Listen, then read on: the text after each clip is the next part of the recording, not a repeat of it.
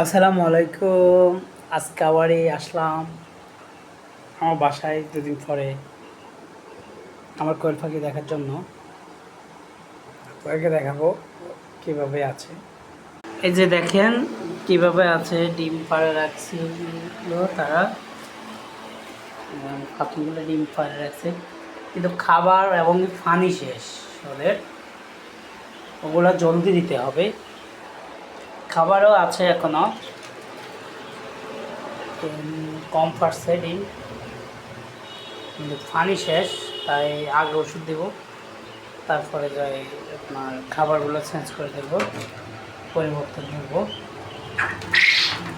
আর যে পাখিগুলো পানি পেপাসা অনেক ক্লান্ত, কিন্তু ডিম বেশি না, ডিম অল্প পারছে।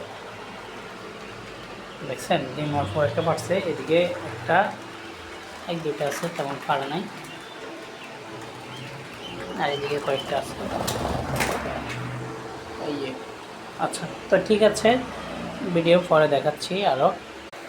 এই যে দেখেন, এই যে আমার পাখিগুলো পানির জন্য কি অস্থির হয়ে গেছিলো, সবসময় পানির সংকটে থাকে, এই জন্য আজকে পানি দিলাম।